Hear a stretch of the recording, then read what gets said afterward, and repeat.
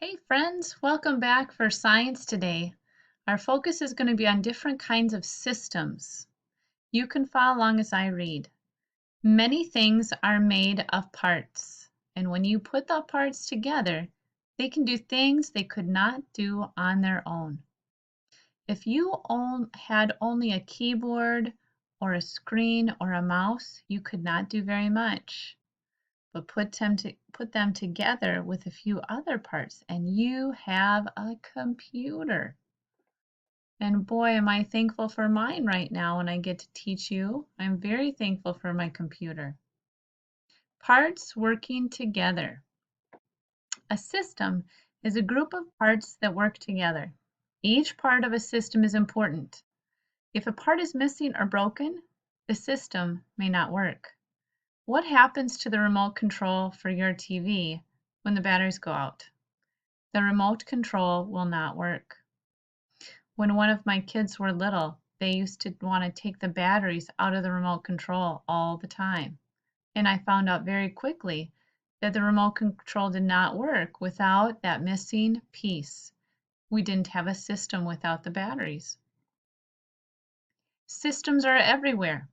Systems are everywhere on Earth. They are in cities and towns. They are in oceans and forests. There are even systems inside us. Cool. What's the first system? The subway system. Many large cities have a subway system to help people get where they need to go. Subways are trains that run on tracks under the ground. The tracks go to many different places in the city. The tracks, train cars, and drivers and many other parts all work together. Have you ridden on a subway? We don't have one of those really close by in Rochester, do we? But if we go to bigger towns, they do have subway systems just like that. An ecosystem. There are many different kinds of ecosystems on Earth. Some are dark and wet like rainforests. Some are sunny and dry like deserts. Plants and animals are parts of an ecosystem. Non-living things like light, water, and soil are all parts of an ecosystem. The living things in an ecosystem depend on each other. The living things depend on non-living things too. Here's another type of system, our body. We cannot study some kinds of systems in the classroom. Models can help us study ecosystems and the solar system. Models can help us study the systems in our bodies, like our bones and muscles. Models are similar to real things, but they are different in some ways. Models help us learn about real things.